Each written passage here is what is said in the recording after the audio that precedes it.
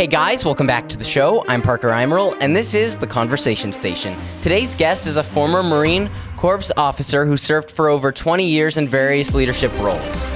He is now owner of Space Coast Mobile Jiujitsu, a one-on-one BJJ training service that comes to you on your time. He's a leader who is committed to serving his family, friends, and community, and is committed to becoming the best version of himself. So without further ado, let's give a warm welcome to the one and only Michael Cragholm. Welcome on, sir. All right. Thank you so much. Yeah, I'm excited to do this one. Why don't you just start out, what has this journey been like? This journey from your early years into leadership, you know? Who were you when you were young, and how has it affected who you've become today? It's a wonderful question. Thank you for having me on. I really appreciate it. This is quite the treat today. For myself, I would say I was your run-of-the-mill football. Does this work a little bit better? I'll put this right here instead of holding it. I played a lot of football, played a lot of rugby in high school, and I had a large group of friends over during that entire period. And I was exposed to a whole bunch of different role models at a young age in the area that I grew up with. There was a lot of very positive influences in my life that ranged from my father and my brothers, especially my older brother, who's still a really big influence in my life, to my football coaches who saw something in me, all the way up to a lot of the leaders in the Marine Corps and some of the people in the Marine Corps that I was even in charge of. They looked out for me, right? Because leadership and followership are very much intertwined.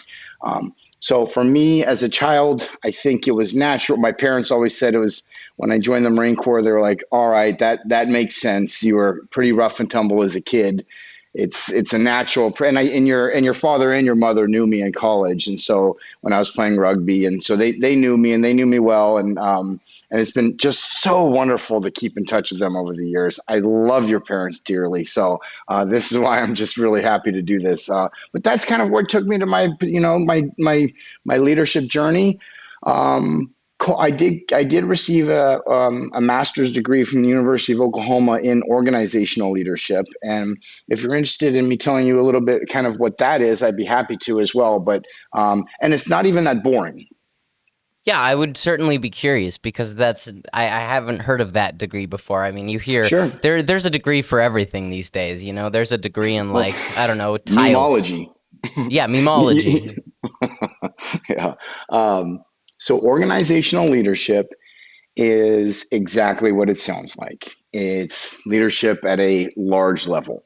How do you influence leadership at a large level? That's something that is discussed very, very widely. But it comes down to understanding an organization's cultural DNA. Like what are the values and the beliefs, the norms, and what they call artifacts, right? The structures of places that make that organization what it is, right? When you ask the people in the organization, tell me about this culture, they're going to say X, Y, and Z. Usually it's going to have something to do with beliefs and norms and stuff like that they do. Or, like in the Marine Corps, we didn't have the greatest working conditions all the time, but we did a very, very good job because our esprit de corps was so high. We had a lot of pride.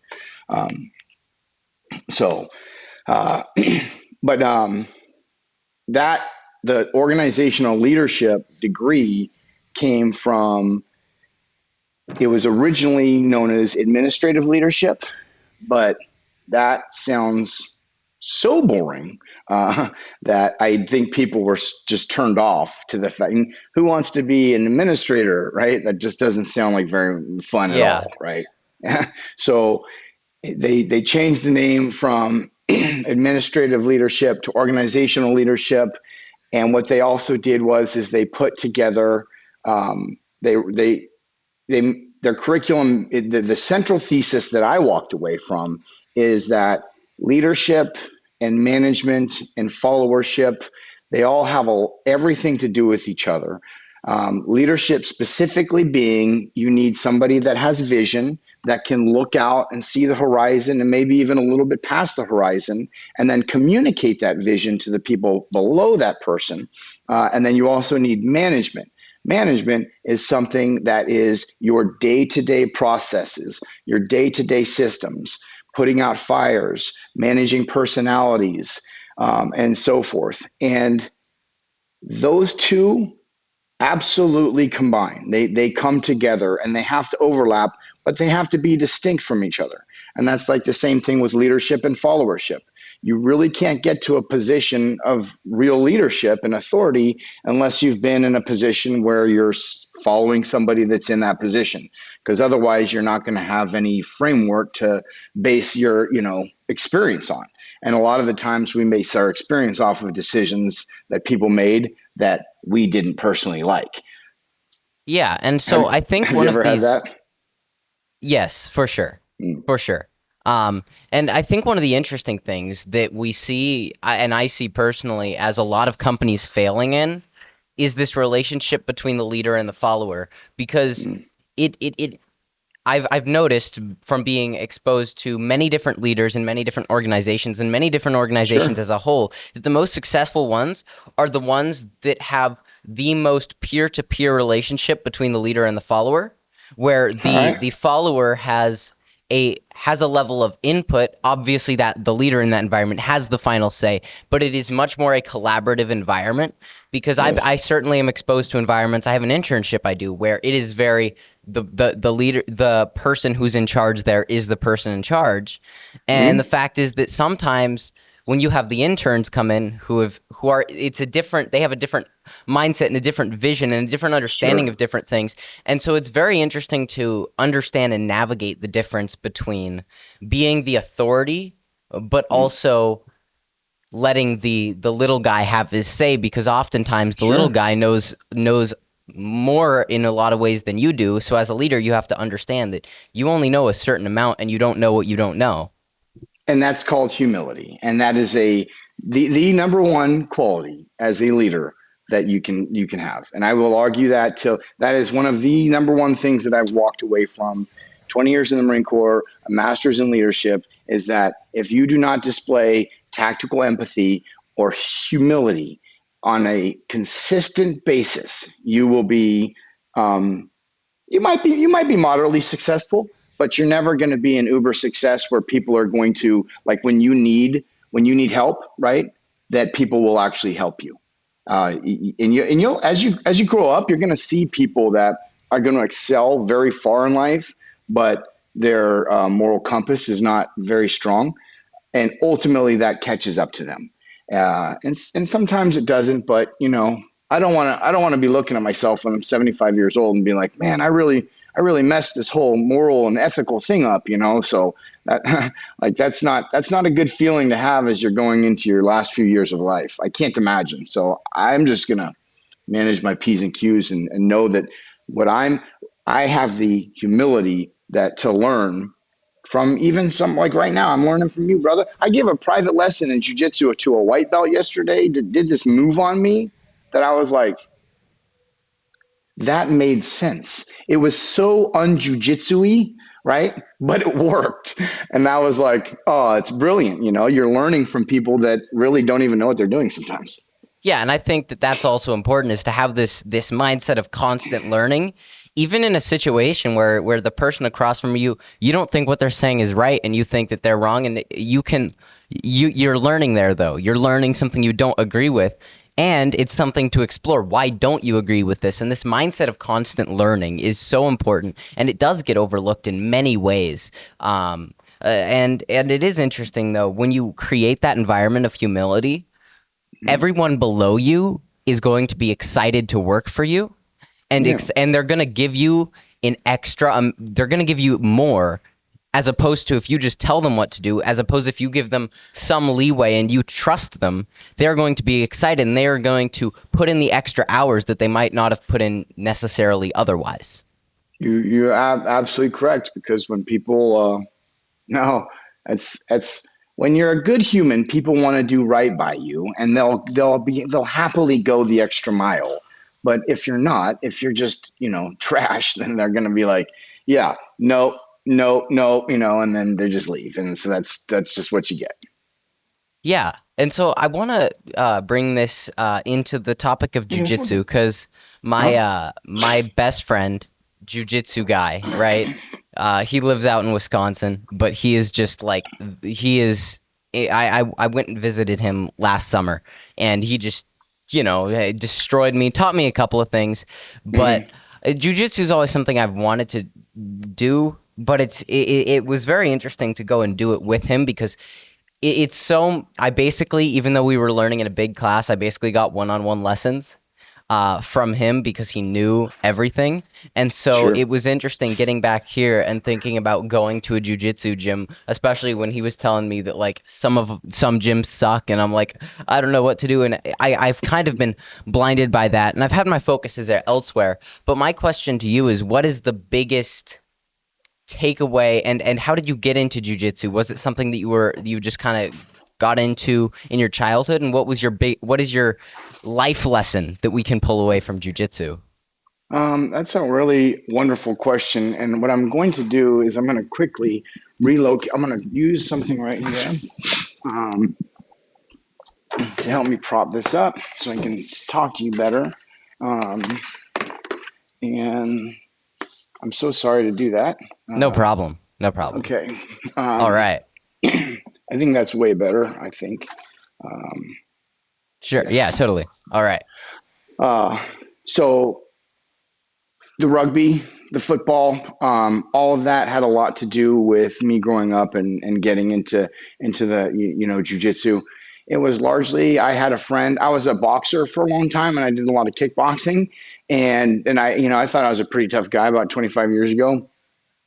And one of my friends in the Marines, he was a wrestler and a jujitsu fighter, and he just he grabbed me and wrestled me and he took me down, and then he twisted me into a pretzel, and I was like, what's going on here? I was like defenseless. And he said, that's jujitsu. And I was like, I have got to learn this. Like my mind was twisted just like my body was because I was just amazed that somebody could, physically manhandle me like that. Like it was, and it wasn't even, he wasn't even trying very hard to really wrestle. He just knew what he was doing, right? It was like a game of chess for him. And then I just started training pretty hard about 20 years ago when I joined the Marine Corps, and I've just casually gone from school to school every time we've moved. I moved 11 times in 20 years in the Marines, and each time I went to a new school, so I got to meet a lot of people. Um, I would say that for me, the number one lesson for jujitsu is that when you have a life that's full of like these highs and these lows, right? And oftentimes it's an extreme high and oftentimes it's an extreme low. Um, when you latch on to jujitsu, which is constant, right? It makes those highs and those lows, and it kind of helps even them out a little bit, right? So that they're a little bit more manageable. You have more humility in your life because you just wrestled some guy that's half your size, and he's a tax accountant, but he twisted you into a ball and made you cry for your auntie, like that's like, you're like, what? And so it teaches you, and it's also courageous. Like to train jujitsu is a courageous thing because it's not a lot of the other martial arts where you're going out there and you're punching and kicking in the air. Like on your first class, you're more than likely going to find yourself wrestling with some stranger, and you don't know this person, Um, so I would say the best lesson is that when you latch on to jujitsu, is your life becomes more manageable, and you're going to find that you're going to develop relationships that are so much more than just on the surface, because you really discover a lot about people when you are grappling them, because you have to think like the one thing about grappling, why do surfers like to fight so much? Why do they like to grapple? Is because grappling is very much like surfing. When you're surfing, it's you, the air in your lungs, your feet on the board gripping the water, right? And you're dropping in, and it's that's it. The the argument that you had with your spouse or your sister doesn't exist. The news doesn't exist. It's just you and the wave and your board. And it's the same way with grappling, is that when you slap hands and fist bump with somebody, you are now engaging in some form of combat where their will is to choke you unconscious or break a limb. And it's legal, right? So you signed a waiver when you walked in there. And that's just the way it goes. And the only way you get out of it is by submitting, tapping out. And that's where the humility portion comes in, because a lot of people don't have the humility to do such a thing, because it means giving up. They're submitting, right? Well, it's not. It's very honorable, because what you're doing is you're coming back the next day. You're recognizing that I had something that I need to work on, and you said, I recognize that, and then you come back the next day to fix it. And that requires a lot of courage. Yeah. You win, loss, or draw. It's the mindset to get back up and keep going. And I think it's interesting what you were saying. You can kind of extrapolate it out to life. Having things that are consistent in your life no matter what, right? So setting some sort of an objective and saying, I'm going to do this thing every single day. And then keeping at that. So no matter what the highs and lows you experience in your life, you have a consistent thing that you are doing every day. And in the last 30 days, that has been a podcast episode. In the last, today is the 25th of the month. For the last 25 days, I've recorded at least one podcast episode every single day. And I'm so happy for you. That's awesome. So it's been a very interesting process, though, because I've certainly recording a podcast episode every day is very taxing, because if I don't have a guest, I have to come up with a topic, right? And I have to do I have to think through this entire topic in order to make a 14, 15-minute episode.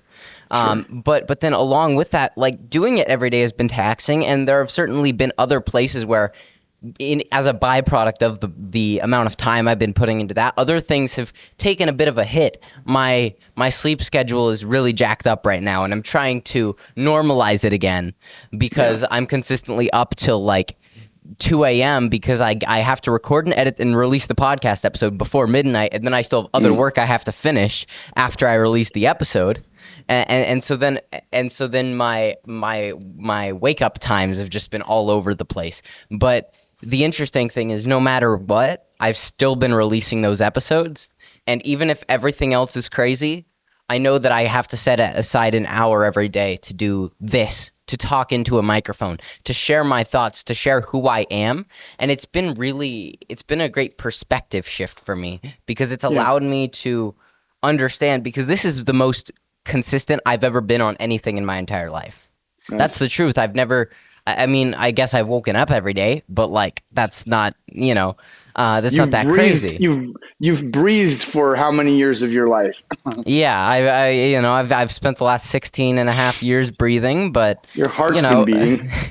Yeah, but I think it's been very interesting, because it's shown me that having that consistency, that utmost consistency, really does benefit everything in your life. And one of the interesting things I've found is, if you want to stay consistent with something, tell the world. Tell the world that this is what you're doing. Tell the world that you are committing to this. Not because the world is going to judge you. Not because anyone else cares. But because you care, because at some level, every human cares about what the world thinks. And so that is inherent, can be a negative. That's what social media preys on. It preys on our ego.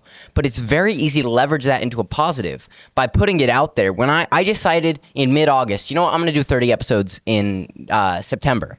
I didn't wait until I could change my mind. I told my mentors, I told my family, and I was working on it. I told everyone I could, and then I announced it right before the month. But I told everyone I knew that I was going to do 30 episodes in 30 days. Because then I was committed to making it happen. And then once it started happening, I told the world. And once you tell the world, it's a lot harder to stop. And once you document that process, the world knows if I fail right now. If I don't release an episode, the world knows. And so it's very interesting. And as I move into this next month, where I'm going to reevaluate, how many episodes do I want to do every week? And it's probably going to be somewhere around 2 to 3, but I'm going to find something else to commit to do for 30 days. I'm going to do this. I I want to see if every month I can pick a new thing that I'm going to be extra consistent on and just see what comes of it. Because if I can say, okay, I just did 30 podcast episodes and now I'm going to do, whatever it is, I'll pick something. And I've been evaluating that this week as we move into quarter 4, and I released a podcast episode on why you should set quarterly goals. And that's a very interesting topic, but it's been this process of like, it's really cool to have something that the world knows that you're trying to be consistent on, because when the world knows, it becomes a heck of a lot easier to keep yourself accountable. It does. I agree. Especially that's why I have a coach. I pay somebody, a coach, to keep me accountable for certain things.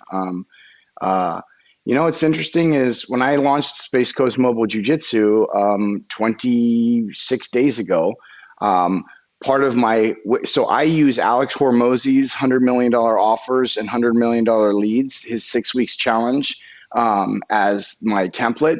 And so what I told myself was I was going to be in the whisper phase for 30 days. And so my number one goal was to do 30 reels in 30 days, an all original.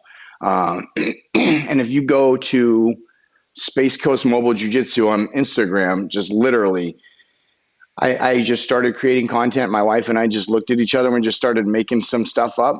And in 26 reels, I've gotten, I think, 65,000 views. Oh my gosh. Yeah. So I have one reel that's got 36,000 views today, in 2 weeks. And so it's getting attention, and you're absolutely right. It's the consistency.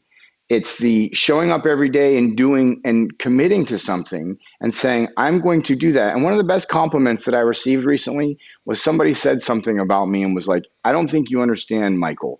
When he says something, he means it. And that to me was like, and that was said behind my back, right? I wasn't there, but I was told that later.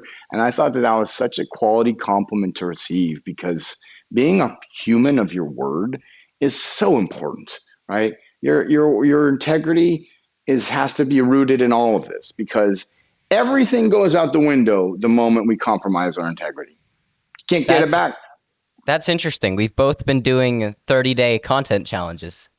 Yes, isn't that interesting? And the thing is, we're going to hit our goals. That's not just. So that's why I'm really happy that, I'm sure you get a lot of like, oh, it's so cool that you're doing this. Oh, that's great. Good for you and everything like that. But like, honestly, you're what America needs. You're there's no reason in patting you on the back. It should be more like, hey, why aren't you doing more? Oh yeah, no, that's the exact mindset I had yesterday. Good. I had a bit of a rough day, but in the morning, the reason I had a rough day yesterday is because I didn't have enough to do. I had the amount of things to do that I could put stuff off for later. And then it gets in front of you, exactly, and then it becomes, and then you're like, and then one little monkey wrench goes in your plan, and you're like, uh-oh. And then I totally get it. And that's honestly, Parker, why I said yesterday, I was like, hey, let's just reconk and go back and reattack. Because the moment you start spinning to put something together is when you're kind of grasping at straws. And there really is no reason why we can't just say, hey, we're both lifelong learners, right? And we're learning. So let's just reattack. We'll put this thing. And honestly, I'm feeling like this is really turning out to be one of my favorite conversations that I've had in a long time. Yeah, man, same over here. And I think it was interesting because yesterday we were supposed to do the episode, and yeah, so I had a bunch of things come up and things just weren't working. Our internet went out like an hour before it came back on, but I'm like scrambling to get things together. I was writing my bio and it was the intro for you, and it was just taking longer than usual because it was just crazy. I get it, but it's so interesting because I'm like, okay, I have these things, and one of the things that's interesting that you talked about, you just launched your business, your Space Coast Jiu-Jitsu business 26 days ago. And in October, this week I'm working and finishing up a website for a business that I'm launching in October. And Wonderful. So I'm like doing all of this mental processing and like trying to talk to as many mentors as possible about the business and like trying to just get things down because I've set a lofty revenue goal for Q4, which would be insane because the most I've ever made in a quarter is like $200 because I'm a kid. In many ways I'm still a 16-year-old, but I've set the goal, and I'm here's the thing. I've already said that I will be in a podcast episode. I said I'll be releasing on October 1st my goals for Q4. I'm gonna make public, and I'm gonna update every day on where I am with all those goals. But it's been interesting because I've had ideas. Like, this is not a business that I've just like randomly came up with. It's something I've been waiting to do, but in my mind it was just like every time I said I was going to do it, I didn't take the steps to actually do it. But I just decided, especially after doing this so consistently, I'm like, why can't I run a business consistently? There's no reason. I did this so I can do that. And so it was that simple. It wasn't any sort of crazy leap in a mental processing. It was just like, I'm gonna stop sitting around. I'm just gonna do it, right? Why and I'm not like, okay, me? why not me? Exactly. And so it's interesting though, because I'm like, okay, well, why not me? And then I was like, okay, well, I can talk to people who have done this before because I already got them on as a podcast guest. So I'm gonna be like, okay, what do I need to do so that I don't mess up in the ways you have? And I'm like, okay, well, then there's someone else I've had on the podcast who's like 2 years older than me and is doing basically what I'm going to be trying to do. And so I'm like, I'm going to have coffee with him sometime next week. And it's just like, it becomes easier because I'm building this momentum. And that's one of the things I've been talking about a lot recently is overall, when you do one thing consistently, even if it's completely unrelated from this thing over here, the consistency you build is valuable because when you build a consistent life and you are consistent, you have the momentum to just like, you can just shift that momentum into another area and go at that. And so it's been interesting to really marinate on these things. Is brilliant. You're absolutely right. Yeah. It's been interesting, especially like just there is a big mental process that business is the hardest thing in the world. And if anyone tells you otherwise, they are lying to you or they haven't ran a successful business, because it's easy to run a failing business in many ways, but it is hard to run a successful business. And so I'm like, especially because I've heard so many success and failure stories, like I have all this stuff in my mind. I'm like, okay, I can't do that. I can't do that. Can't make that mistake. And so it's like, I've heard all the mistakes. And so it's like, I have to be conscious of not making them, but I also need to try to make the mistakes so that I can learn from them. But it's been interesting for me because I'm like, oh my gosh, I have to, I got to build a website. I got to figure out what my content strategy is, especially because I love content creation. It's what I've been obsessed with content creation since I was 10. And so I understand this stuff. And so I'm like, okay, well, I got to have a content strategy. Okay, well, I got to do this. I got to do that. I need to reach out to people. I have to cold call. It's like all these things I've never done before. It's a little crazy, but like doing 30 episodes in 30 days, that's a heck of a lot crazier in my book. That's a lot of work. That's not like 30 days. That is a ton of work. So honestly, like and the thing is, you're going to continue to go on. You're going to do amazing things that all piggyback off of, just like you said, is the consistency doesn't have to stop when you've met your goal of 30 podcasts in 30 days. You just, like you said, you shift. There's a guy named Brian Dries, I believe. He's a frame shifting coach. And he just literally talks about, like, can Parker see himself as using the energy that he built in the 30 podcasts in 30 days, shifting that energy successfully into this channel? Yeah. Yes. And then you step into that channel. Yeah. And it's been so interesting for me because the podcast, I love the podcast. But man, it is draining when it is 8 p.m. and you have done so much, but you realize you haven't made a podcast episode yet, and you have to pour out every thought in your mind, and you have to sort through all the thoughts and be like, which one can I talk about right now? And that's great. And so it's been interesting because I'm like, it requires a lot of energy, but the interesting thing is I'm probably just going to shift to like 3 episodes a week, right? Mm-hmm. And it's like, okay, it's a downtick, but it's not that big. But those 4 days where I won't have to record, those 4 days that I can go full force on something else is huge. Yeah. And so it's just been an interesting process. But I've been like trying to really grasp it like this week. Well, the interesting thing is I also decided again, one of the guys I've had on here, Coach Kevin, he said this. He said there's no such thing as an arbitrary goal because every goal is arbitrary. Because you just pick it. You just pick your goal. And so, and every consistent thing like this, I decided, mind you, I decided I think I decided when I was in the shower to do 30 episodes in 30 days after I hadn't done 6 months of podcasts, right? And so then, on the weekend, I just randomly opened up Squarespace and I'm like, you know what? I'm just going to build the website and I'm going to do this next month. And so I just decided.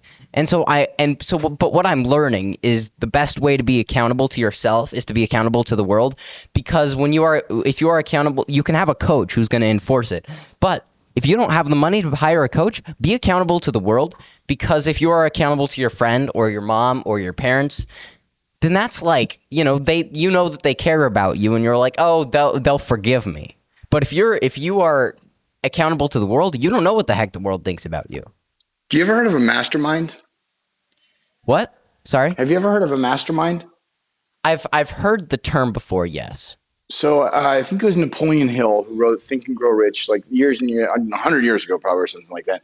And basically it's anytime two people get together that have similar interests and same experience levels on X, and they talk about something in the hopes of creating a win-win for each other and making some money, right? Or doing something.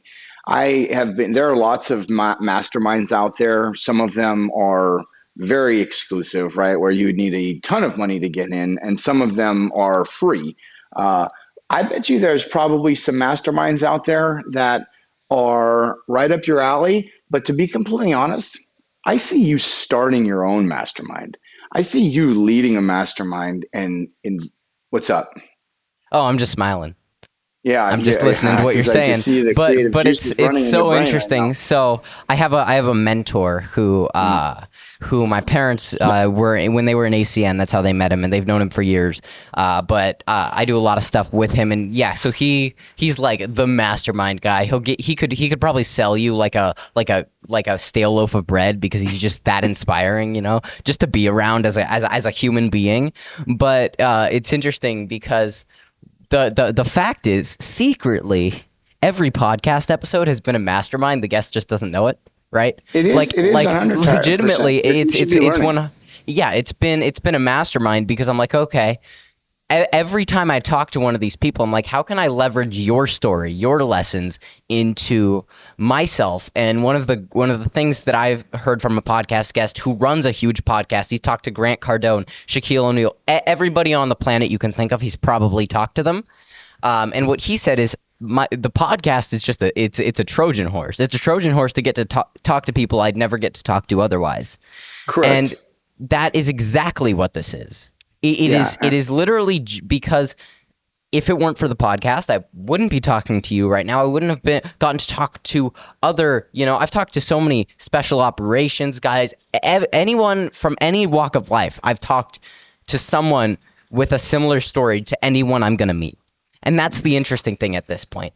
And so the more people I talk to, the more I build on that. But the biggest thing for me is it's just a networking opportunity, because right now if I'm if I'm like in Florida and I need jiu-jitsu training, well, there's this guy. And it's like, it's the interesting thing is like, I know someone in like every part of the United States who's successful in some light for the reason that I've just talked to them. And so it's like wherever I am, I probably know someone within about 100 miles who I could go have a conversation with if I needed to. And the fact is that through the podcast, I've earned the respect of people that realistically I wouldn't have otherwise, and people that in many ways wouldn't really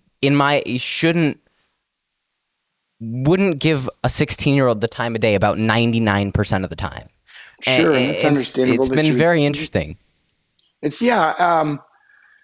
interesting. Cool thing is, I found that probably the guys with some of the most success in life, and I use guys, interchangeably, men and women, they'd happily give you their time, and they want it to be the best time for you. And that's why I said, hey, let's recalk for tomorrow, because I wanted you to have the best hour possible, right? and you you're what books do you listen to books, or do you read?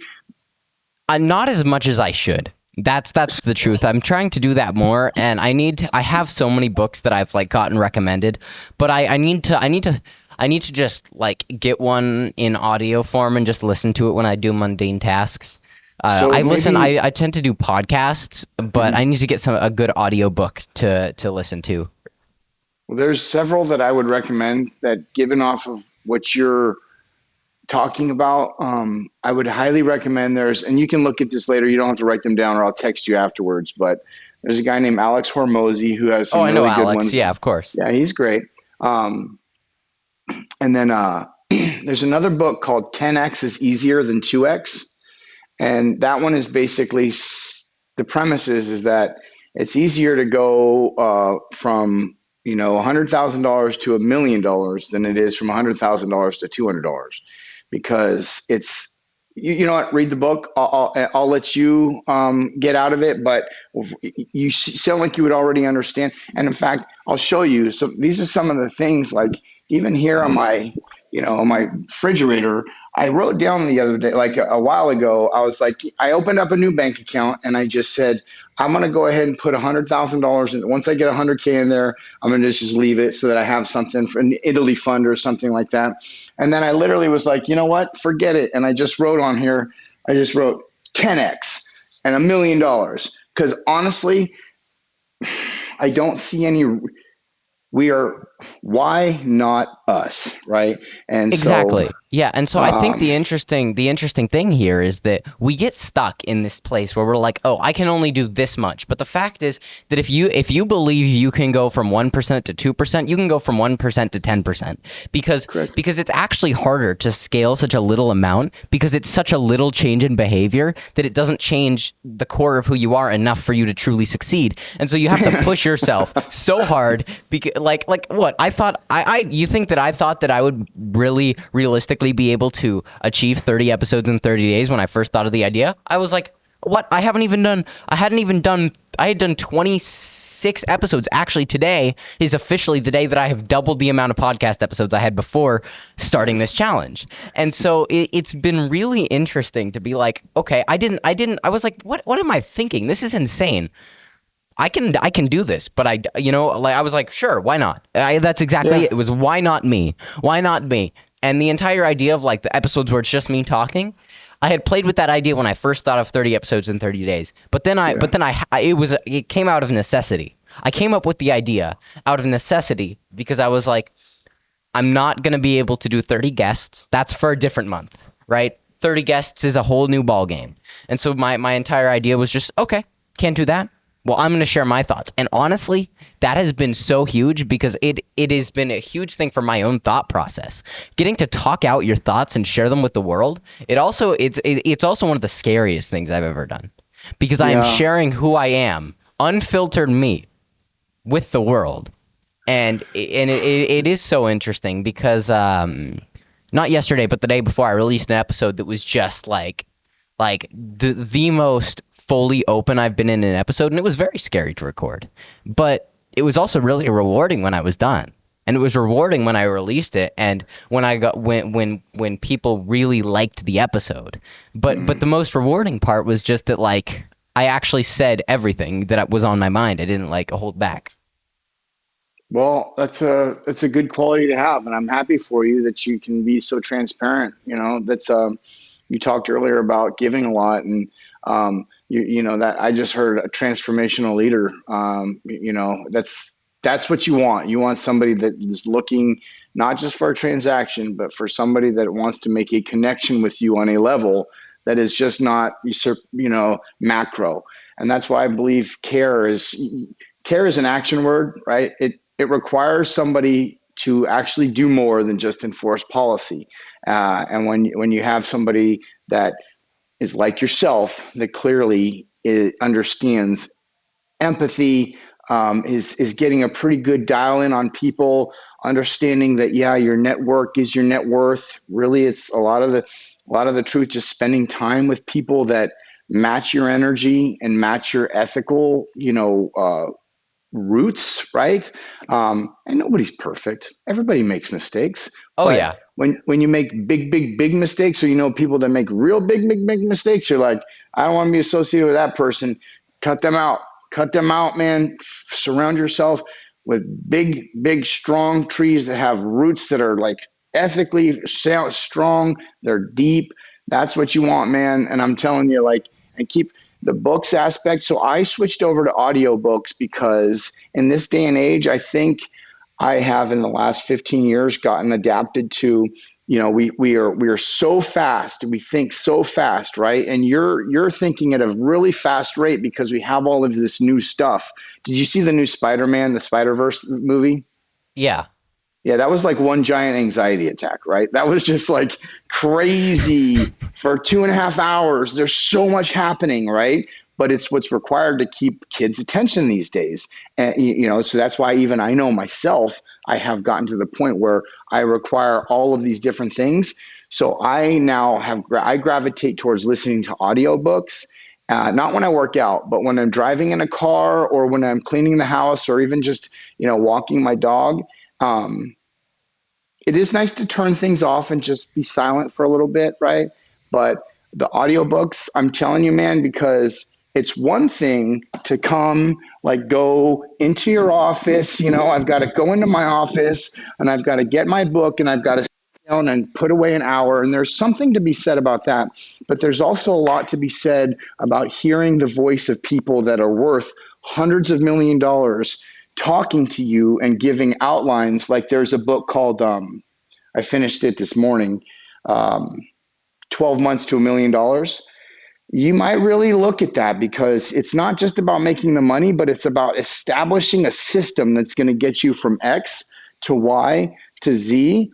And it's a pathway, because there's so many books out there that are just going to be all like woo woo and fluff, that they don't actually. That's why I like Hormozy so much, because he talks about like the core four and hot leads and cold leads, and differentiates how to go about ads and specific things like that, giving away things for free, what works, what doesn't, um, Yeah. and that's why I like him. There's another book called Never Split the Difference by I think his name's Chris Voss or something like that. He's a CIA guy that he puts a lot of good stuff out there. That might be a good thing for you to read, considering you're a podcaster now. There's a technique called mirroring out there that you can use to actually keep people talking, and you're not actually contributing to the conversation. You're just kind of repeating the very last thing that they said in a different manner, and it gets them to continue to engage. And honestly, just sometimes it becomes diarrhea of the mouth, right? You might have even been doing that to me half the time, and I don't even realize it, right? So there's a lot of good ones out there. But I would like to go ahead and offer myself to be available to you at any time. If you just want to text me or something, or if you got a random question about X, Y, or Z, or if you're thinking about jujitsu, or you're like, hey, does this business make decision, is this cool? Or how do these shoes look on me? Like anything you want, please let me know, because the one thing I will say is, if you're talking to adults that have a lot of people competing for their interest, if you're going to ask for something from them, always lead with value. Try and provide something to them up front that's going to be a value to them. Honestly, it's going to be the fact that you're a 16-year-old that's asking them to be a part of something that you're doing. Adults are going to jump at that all day long. I will tell you that what though is you get into more of like a peer group, which your peer group real soon is going to be people in their early 20s. Lead with value, offer this value. How you get what I'm saying, right? So yeah, so the most interesting thing is like it's actually the next question I wanted to ask you, and it's funny that we were talking about mirroring and you just talked about peers, and the next thing I'm going to say to you is about peers, and so it's been an interesting thing to navigate, because like my peer group, first off, is quite small, because the amount of people that I spend a lot of time with is quite small, but of that group, there's about 4 people that I like really like spend a lot of my energy around, that are under the age of like 19.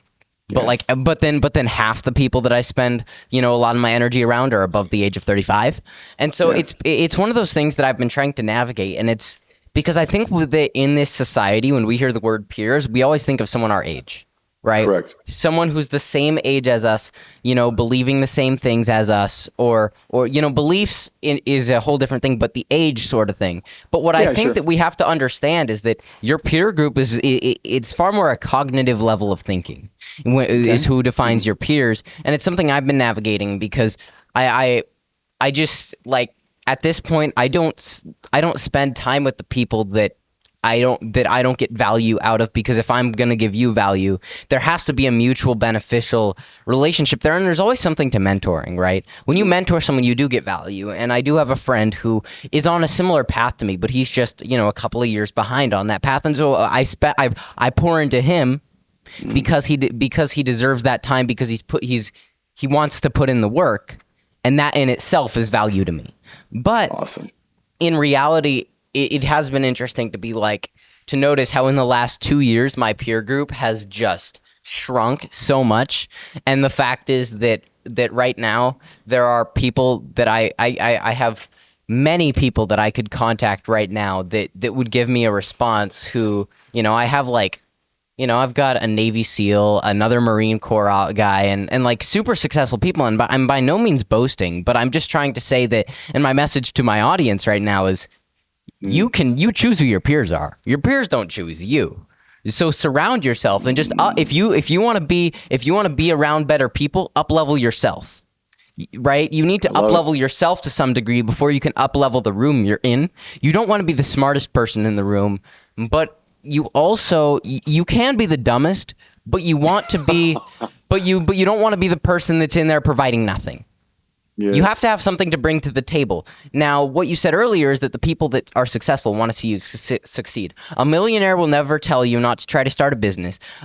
Someone who's jacked will never tell you not to go to the gym. Someone who's good at jiu-jitsu will never tell you not to start jiu-jitsu. So the people that are successful want to see you succeed. So surround yourself with successful people, because you can leverage their mistakes into your own success.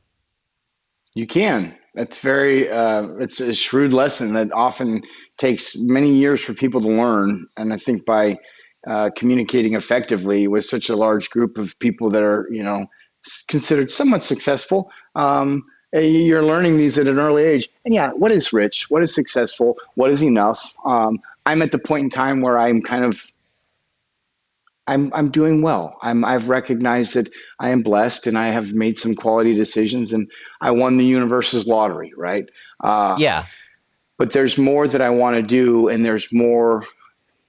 We're going to be dead for a long time, Parker. So I want to just jam as much as I can into this time as possible, because every second counts.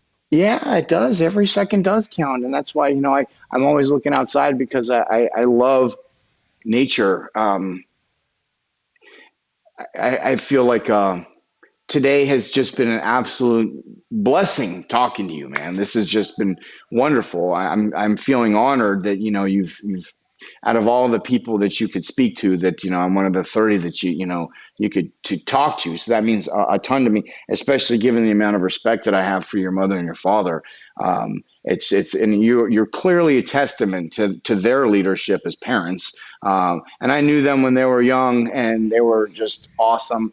I loved them back then. I looked up to them so much. They were just such rad people. And then over the years, we've kept in such good touch. And your parents are always just so kind. Adrian always says such the kind. He would send me notes all the time, just really, really kind, thoughtful things. And these are things that people don't really know about, but over time, when you're kind and you're nice to people and you just send them little things from time to time, they remember that kind of stuff. They do. And it comes back. Kindness repays itself. 100%. Yeah. So what you said a second ago about, how you're in a good place in life. And I think that's a very interesting thing, because from the things I've learned so far in my limited time, I've come to this conclusion that the definition of success isn't an amount of money. It's not a tangible thing. The definition of success is living a sustainably happy lifestyle, because there are people that make $30,000 a year and are happy, and there are people that make $30 million and aren't. And so the fact is that if you can find get to the point in your life where you are happy, Well, now you are successful, and now guess what?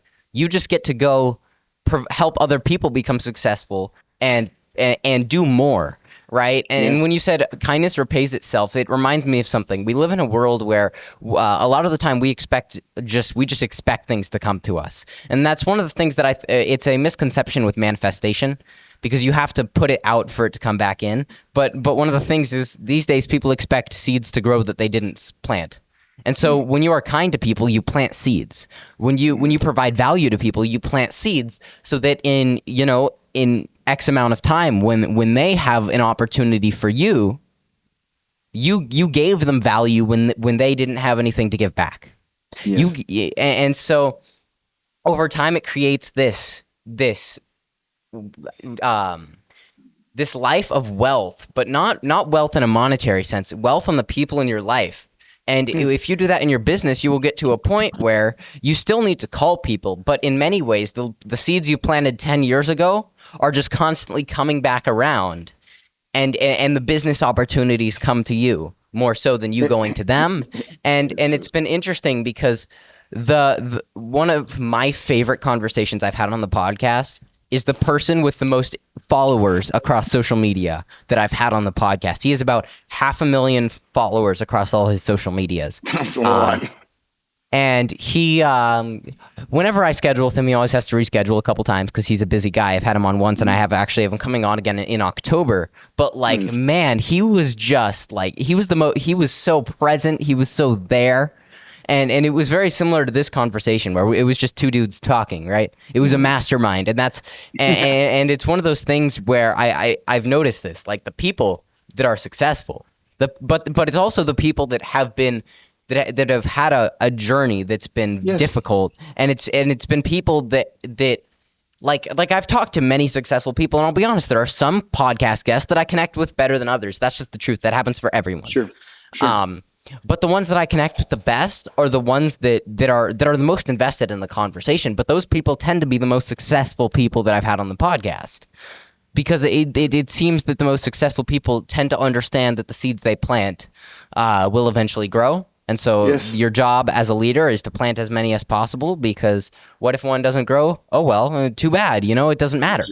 There's a ton that are right around it. And yes. And recognizing that that tree, you might not even stand in the shade of that tree, right? But your children will, your grandchildren will, and you're doing something that's good for humanity. And that giving a gift to the world with nothing expected in return, I feel like that's one of the most noble things that you can do. How you get to do that, that's up to you. For me, I think that my gift to the world is mobile jiu-jitsu. I truly believe that I'm the first mobile jiu-jitsu LLC owner in the world. It was not a concept until I came up with it, and then I made it a business. And now I'm booking people for training that are out of cold calls, and I have people that are contacting me all across the United States asking me, what is this business model? And I'm saying, and they're like, where can I go to find it? And I'm like, you can't go anywhere because I created it. And I'm happy to share it with you, because all I want to do is give this out to the world for free and create as many streams of income for people as possible. And then ultimately what I want to do is have a jiu-jitsu mastermind, a mobile jiu-jitsu mastermind. And that's probably going to be my only source of income. I own the mobile jiu-jitsu mastermind. And so my plan is to create a bunch of content online on how people can build their own mobile jiu-jitsu studio, like with insurance, and go to Department of State for their state and file everything, become a business. And then ultimately get them to join my mastermind, which I own. And then that's the only source of income that I'll grab from it, because I can't trademark mobile jiu-jitsu. Yeah. So you're going to go from the explorer to the guide. That's what You're Correct. going from person, but you have to be the explorer before you can be the guide. That's the truth, though. And the cool part about it is that it's like we can also be an explorer at the same time, because I have seen lots of entrepreneurs build the plane as they're flying it, right? And I know that's a kind of crazy concept, but as long as I'm rooted in like things that I know work and I'm listening to the right people. And like you had talked about earlier, I'm surrounding myself with the right people because you see, I know people that unfortunately that they take advice from people that I would never ever take advice from in Yeah, my life. for sure. I might hang out with them on the weekends or go surfing with them, but I would not take money advice from them, right? Or relationship advice from some people. It's just like no.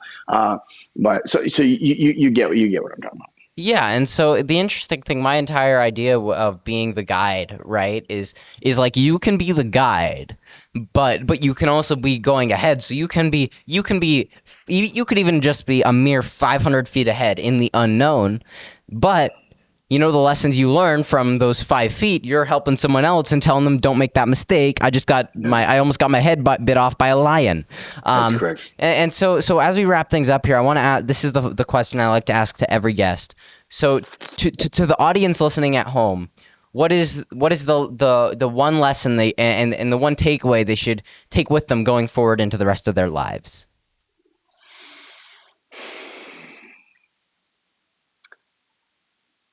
Alcohol does way more harm than good.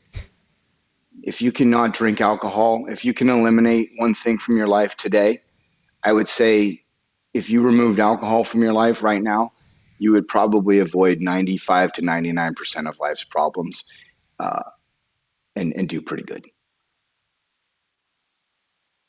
Yeah, I would agree. I think certainly we live in a world where alcohol has been glorified more than anything, it's a very interesting thing to notice how it's such a glorified topic. And then, I mean, go ahead. part of me wants to say, like stay mindful and, love yourself and all that stuff. But to be the honest to God practices is like what after spending 20 years in the Marine Corps, I would say that almost every single terrible thing that happened to somebody usually involved alcohol. And when bad decisions are made, especially for young children, they usually involve alcohol, driving while drunk, having intercourse while inebriated. All sorts of terrible decisions come out of drinking alcohol at a young age. And even at an older age, it doesn't do anything well for your fitness. It's terrible for your spiritual fitness and your mental fitness. That's for darn sure. But it does nothing for your financial fitness at all. All it does is like, you'll probably go out when you're 21 or 22 years old and wake up the next morning and be like $350 out. What? And you're like, how did that happen? You just went out for a few drinks and some, burgers. But next thing you know, that would be the one. If you were to give me a microphone to the world for just a split second, instead of something like love each other, I would say eliminate alcohol from your life right now. Yeah, it's probably one of the strongest decisions that you could possibly make. Man, that's some good stuff right there. And then lastly, where if to the people listening, where can they find what you're doing? Where can they learn more? And then also be sure to give me that book list. I'll make sure to put it in the description so anyone listening can go find Michael's book recommendations. I will. I am at Space Coast Mobile Jiujitsu on Instagram, or you can find me on LinkedIn at Michael Cragholm. You guys heard it here first, folks. Look him up on Instagram. Go support him on his challenge. Let's make his videos go viral. I mean, my videos get like 2,000 views max, but all 2,000 of you that are listening to this, I mean that's my clips. But to the people listening, you guys go make his stuff go even more viral. Get that 35,000 to 37,000. Thank you. Man, thank you so much for coming on here. This has been an absolute honor. It's my pleasure. Thank you. Thank you guys at home for watching. I'm Parker Emerald. I've been talking to Michael Cragholm, and this has been The Conversation Station.